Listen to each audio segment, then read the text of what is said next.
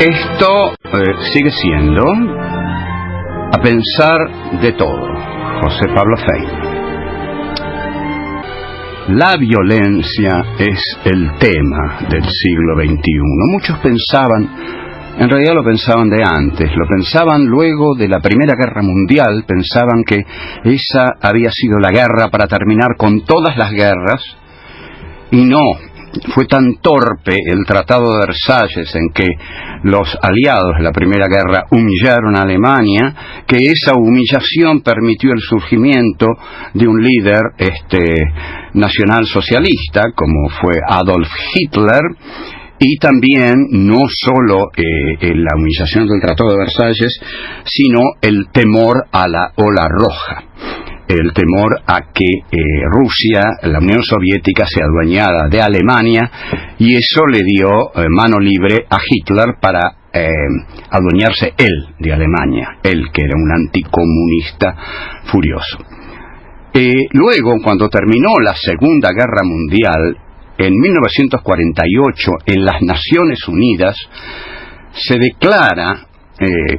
se promulga la Declaración Universal de los Derechos Humanos, que empieza postulando el valor absoluto de cada vida humana. En verdad, esta declaración de las Naciones Unidas es muy importante porque hasta entonces había mandamientos como el antiguo mandamiento, el nuevo mandamiento, los nuevos mandamientos del nuevo Evangelio y los postulados de la Revolución Francesa, que ya no son mandamientos divinos, sino que son mandamientos humanos, los mandamientos humanos, y que son los derechos del hombre y del ciudadano. Aquí, en la Declaración de los Derechos Humanos de las Naciones Unidas, 1948, también son los hombres los que se dan a sí mismos sus propios mandamientos. O sea, los hombres toman la palabra. Ante el silencio de Dios, un silencio de 2000 años, no queda más remedio que o usar los postulados de la Revolución Francesa, que son muy valiosos, recurrir a los viejos mandamientos de los evangelios, o postular una declaración universal de los derechos humanos. Esto se hace en las Naciones Unidas en 1948, esperando todos que esa declaración de los derechos humanos termine con todas las guerras.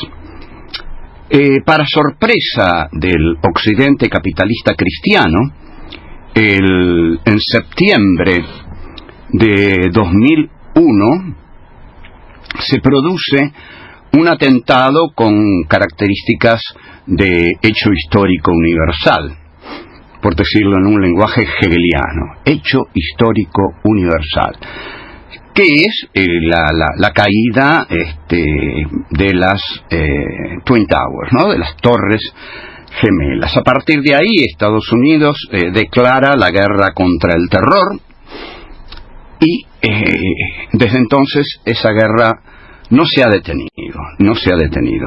Estados Unidos, lejos de encarar él solo, es decir, ese imperio solo, esta guerra, reclama la ayuda de todo el occidente cristiano y del Estado de Israel. El Estado de Israel, armado hasta los dientes por Estados Unidos, Francia, Alemania, el Estado de Israel, es una poderosa fuerza aliada a Occidente. Sale el libro de Samuel Huntington, El choque de civilizaciones, y Samuel Huntington señala: nuestro enemigo ahora es el Islam, dice Samuel Huntington. No el Islam fundamentalista, todo el Islam. Y se burla de Francis Fukuyama, que había escrito un libro sobre el fin de la historia, anunciando que ahora que había caído el muro de Berlín y que había caído la bipolaridad establecida con la Unión Soviética, ya no había motivos para ni siquiera tener una cátedra de estrategia en las universidades norteamericanas. Sobre todo es de esto que se ríe Samuel Huntington, y en verdad Samuel Huntington es el encargado de establecer una nueva hipótesis de conflicto. Razonemos esto muy cuidadosamente. ¿Por qué Samuel Huntington tiene que elaborar una nueva hipótesis de conflicto? Porque la industria armamentística no puede funcionar sin hipótesis de conflictos. Hay que encontrar esas hipótesis para seguir fabricando armas. Dwight Eisenhower, en 1961, cuando abandona el gobierno, larga un discurso final en el que advierte: mientras, dice Eisenhower, mientras el complejo militar industrial siga aumentando su poder, pronto ese poder va a ser más fuerte, va a superar al de la democracia, y el país se pondrá al servicio del poder militar industrial. Así fue y así es. En Estados Unidos, el poder militar industrial necesita constantes hipótesis de conflicto para elaborar sus materiales bélicos. ¿Y cómo se elaboran esas hipótesis de conflicto? Bueno, fundamentalmente con una sólida unión que el complejo militar industrial tiene establecida con el poder mediático. O sea, la cosa sería así: el máximo dirigente general, un teniente general del poder militar industrial, levanta el teléfono y se comunica con Rupert Murdoch, que es el tycoon, el dueño el más importante del poder mediático, y le dice: señor Murdoch, necesitamos fabricar más materiales bélicos. Por favor, usted y todo su poder mediático tienen que fabricarnos a nosotros el clima de paranoia necesaria como para declarar una nueva guerra o mandar 60.000 soldados a Medio Oriente, con todo el material bélico que nosotros hemos fracasado. Por supuesto, dice el señor Murdoch, que es un aliado del complejo militar industrial, así se hace, y entonces un señor, Bruce Ackerman, a quien hemos mencionado en programas anteriores, Bruce Ackerman saca un libro que se llama Antes de que nos ataquen de nuevo. ¿Qué le parece ese título? ¡Caramba! Es para crear miedo, ¿eh? Antes de que nos ataquen de nuevo. Bueno, ¿qué hay que hacer, señora Ackerman, antes de que nos ataquen de nuevo? Ante todo, el miedo ya lo tengo, ya me lo inoculó usted. Sí, y eso que no empezaron los diarios, las revistas, todos, dice el señor Ackerman, pero ya las radios, la televisión, todos van a repetir, me van a invitar, yo voy a desarrollar esta teoría. Hay un próximo 9/11 en nuestro futuro. Esta es mi teoría. 9/11 es 11 de septiembre, así le dicen los norteamericanos. Entonces, Bruce Ackerman es invitado al principal programa de televisión de esa noche, que por supuesto pertenece al señor Murdoch. Y un entrevistador muy hábil, también pagado por el señor Murdoch, le pregunta al señor Ackerman: caramba, ¿es cierto que nos están por atacar de nuevo? El señor Ackerman responde: es una posibilidad muy alta y muy grave que nos debe llevar a todos los americanos a estar muy alertas, porque el terrorismo está al acecho y el 9/11 puede repetirse. Aquí termina la operación, digamos. Y la operación ya está realizada. Cada uno que ha escuchado ese programa, que lee el libro de Ackerman, que lee los diarios de Murdoch, empieza a tener un miedo terrible. Se crea una paranoia por medio de la cual los ciudadanos reclaman una acentuación de la guerra en Medio Oriente, que es lo que quería el poder militar industrial. Bueno, así funciona la sociedad, desgraciadamente. Entre tanto, los ataques del fundamentalismo islámico lo único que consiguen es fortalecer esta posición bélica del militarismo norteamericano, aliado al militarismo francés, al militarismo inglés y al militarismo alemán. Entonces, un ataque fundamentalista, terrible, condenable, como el que ha ocurrido en París, lo que logra es el fortalecimiento de la concepción bélica norteamericana, el fortalecimiento de las herramientas bélicas de Occidente. Occidente no es solo Estados Unidos, Occidente es Estados Unidos, Israel, Alemania y Francia, y en menor medida Italia.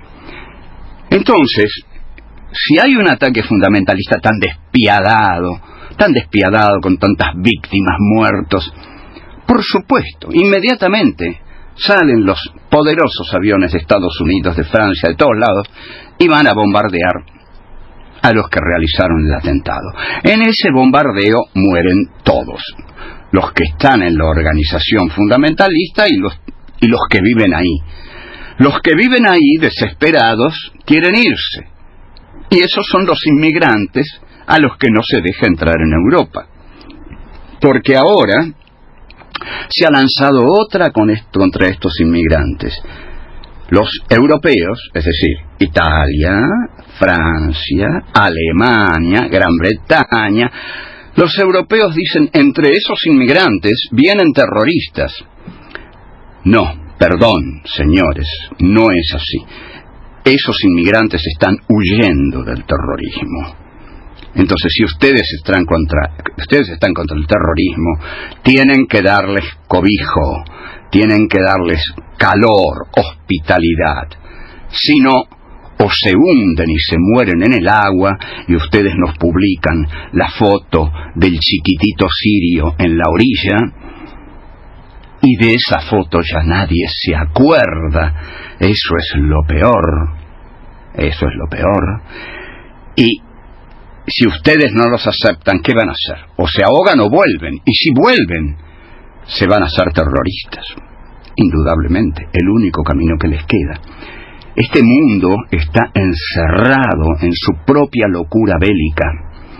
En su propia locura bélica. Nada de todo esto lleva a una superación de las injusticias.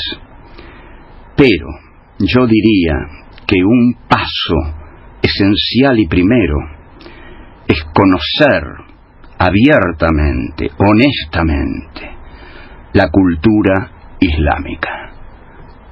Este es un primer paso, porque el conocimiento es amor, el conocimiento es el respeto al otro. Entonces, ante todo, intentemos conocernos. Volvemos.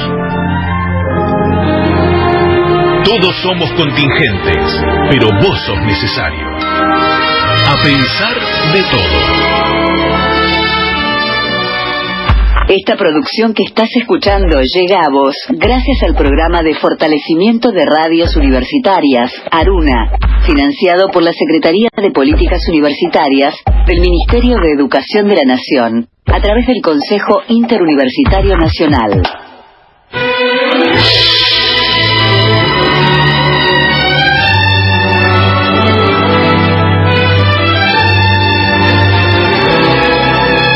Esto es A Pensar de Todo. Esta hermosísima música no corresponde al tema que estamos tratando ahora. Sí la pusimos para tratar el tema de la violencia de género, porque es la música de la película de Laura, protagonizada por una mujer que hizo Jean Tierney, hermosísima mujer, formidable película, y Laura trata de un posible femicidio. y por eso pusimos esa música. Ahora estamos tratando la cuestión del Islam. Tendríamos que poner otra música, pero no vamos a poner una música para cada tema que toquemos. En todo caso, si seguimos con el tema del Islam en el próximo programa, o sea, mañana, ya vamos a poner algo totalmente apropiado. Sigo entonces. Había propuesto también que el primer paso para emitir un juicio sobre el mundo islámico y aún sobre el Estado islámico es conocer el Islam. Para conocer el Islam y para que nadie se pierda en lecturas que atemorizan y son demasiado farragosas y libros muy inmensos, les recomiendo de todo corazón un notable libro que se llama simplemente ¿Qué es el Islam? Está publicado por Alianza Editorial y sus autores son Chris Horry y Peter Chippindale, que deben ser norteamericanos o ingleses, una de las dos, y que en un pequeño libro que publicó Alianza, pequeño libro de, digamos, 280 páginas, pero chiquito el libro, muy, muy didáctico, explican justamente, responden a la pregunta que da título al libro: ¿qué es el Islam? Una pregunta que todos tenemos que poder responder, porque debido a la invasión mediática, que a veces es muy agradable y a veces es terriblemente estupidizante, que realiza Estados Unidos sobre sus neocolonias, y mediáticamente somos una neocolonia de Estados Unidos. Estrenan los poderosos blockbusters norteamericanos sobre héroes de las historietas. Marvel reina sobre el exhibicionismo de películas en la Argentina. Y bueno, entonces, y también en el mundo, ¿no? En el mundo. Haga usted un superhéroe de Marvel y Dios, llega a la cumbre.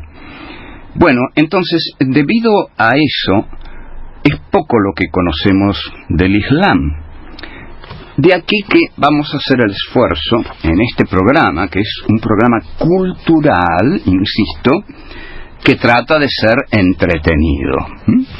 Porque nada que aburra es bueno. Entonces nosotros no queremos aburrir a nadie, pero no podemos eludir algunos temas candentes que hieren profundamente la sensibilidad de cualquier persona humana que tenga eso, sensibilidad precisamente. Entonces, observen este paso, ante las atrocidades cometidas en la ciudad de París durante estos días, nuestra primera propuesta es conocer el Islam. Antes de todos los gritos fóbicos, xenófobos, nazis, nacionales, he visto montones de programas donde los que hablan sencillamente terminan diciendo, bueno, la famosa frase que se le atribuye a la clase media: hay que matarlos a todos, ¿no? Hay que matarlos a todos, esa es la gran solución. No, hay que conocerlos a todos. Entonces, vamos al Islam, señores. Conozcamos el Islam y tratemos de entender algo. Es muy difícil. No digo que sea fácil, porque es muy difícil. Y también es cierto que estos compañeros, amigos del Islam, a quienes queremos conocer, si uno los llega a conocer mal, puede pagarla muy caro. Entonces, vamos a tratar de conocerlos bien. El libro de estos dos autores, Chris Horry y Peter Chippindale, empieza con la cita más citada de la religión islámica. No hay más Dios que Alá. Mahoma es el profeta de Alá. Y dicen, lo único que hace falta para convertirse al Islam es recitar esas dos frases en presencia de dos testigos. Cada año hay millones de personas. Seguramente el Islam en estos momentos tiene mucho más de 1.000 millones de adeptos en el mundo. O sea, hay que ocuparse del Islam. Siguen nuestros autores, voy a elegir algunas frases claras para que nos orienten. Más bien se trata de una forma completa de vida que rige la vestimenta, la economía, la ética empresarial, los impuestos, la justicia y los castigos, los pesos y las medidas, la política, la guerra y la paz, el matrimonio y la herencia, la familia y la vida doméstica, el cuidado de los animales y el ganado, las relaciones sexuales en el marco del matrimonio, la educación, la dieta, la cocina, el comportamiento social, las normas de saludo y las reglas de la hospitalidad. El enfoque que hace el Islam de las grandes cuestiones religiosas de la vida y la muerte, los orígenes y el destino del universo y el carácter de la humanidad y de Dios, Alá, es tan sencillo como rígido. Atención ahora, que esto es muy, muy interesante. Están hablando del Corán, porque la religión islámica se ha expresado en el libro El Corán. Entonces, sostiene que no existe más que un Alá compasivo, eterno y omnipotente. Es el Señor de todo lo que existe, comprendida toda la humanidad. Hizo nacer el universo en un solo acto de creación hace aproximadamente 8.000 años y lo hará desaparecer cuando Él quiera. Al final del universo seguirá un día del juicio, cuando toda la humanidad resucitará. Cada ser humano habrá de rendir cuentas y después saldrá con destino al paraíso o al infierno para toda la eternidad. Alá ha dado a conocer todo ello a la humanidad por conducto de una serie de profetas, el primero de los cuales fue Adán y el último Mahoma, el último profeta. En efecto, fue Adán porque el Corán, que es muy posterior al Antiguo Testamento y al Nuevo, reconoce al Dios del Antiguo Testamento. Nada más que ahora dice, ese Dios es Alá. Y el profeta, el verdadero profeta y el último profeta, que ha llegado más tarde, mucho más tarde que Jesús de Nazaret, es Mahoma. El último mensaje de Alá a la humanidad se lo dio al profeta Mahoma y figura en el Corán, que junto con algunos relatos acerca de la vida de Mahoma dicta todo lo que debe saber y hacer un hombre al fin de alcanzar el paraíso. Y atención ahora, mucha atención por favor. La difusión del Islam siempre se ha basado en la fuerza y la sencillez de esta convicción religiosa, con el hincapié que hace en las ideas de castigos y premios en la otra vida. En consecuencia, resulta fácil entender por qué los pobres del tercer mundo, que es donde el Islam se propaga con más rapidez, buscan solaz en la idea del paraíso después de la muerte. Entonces, tenemos aquí algo claro que nos dicen estos dos autores. que ricos constantemente. O sea, hay una división tajante y trágica en la política del capitalismo actual que no puede engendrar sino lo que engendra. Sin que por esto nosotros estemos de acuerdo, de ningún modo, con la respuesta de eso que engendra. No estamos de acuerdo, porque la destrucción de Occidente no va a llevar a nada. El marxismo, que ha sido derrotado en el siglo XX, el marxismo tenía una superación del capitalismo. El marxismo era una teoría superadora, no meramente destructora. El marxismo proponía tomar el poder, pero instaurar una sociedad sin clases, en la cual el león, en palabras clásicas del marxismo, el león pudiera dormir junto al cordero. Una sociedad de la libertad, no de la necesidad. Una sociedad hermosa, sin explotadores ni explotados.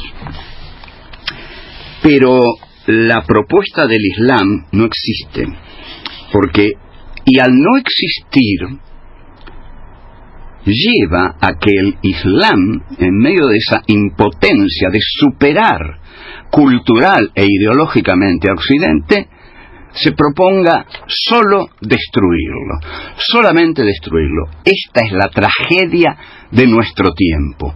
Un Occidente neoliberal que genera cada vez más hambrientos, y un Islam fundamentalista que representa a esos hambrientos, pero que no tiene una teoría que supere los errores de Occidente. En consecuencia, solo puede destruir, y destruir no es construir. No es construir, sobre todo, una alternativa diferente, superior a la del Occidente, que genera hambrientos día tras día. Bueno, hasta aquí hemos llegado. Ojalá les haya gustado este programa. Y bueno, chao, hasta mañana, volvemos mañana. Chao.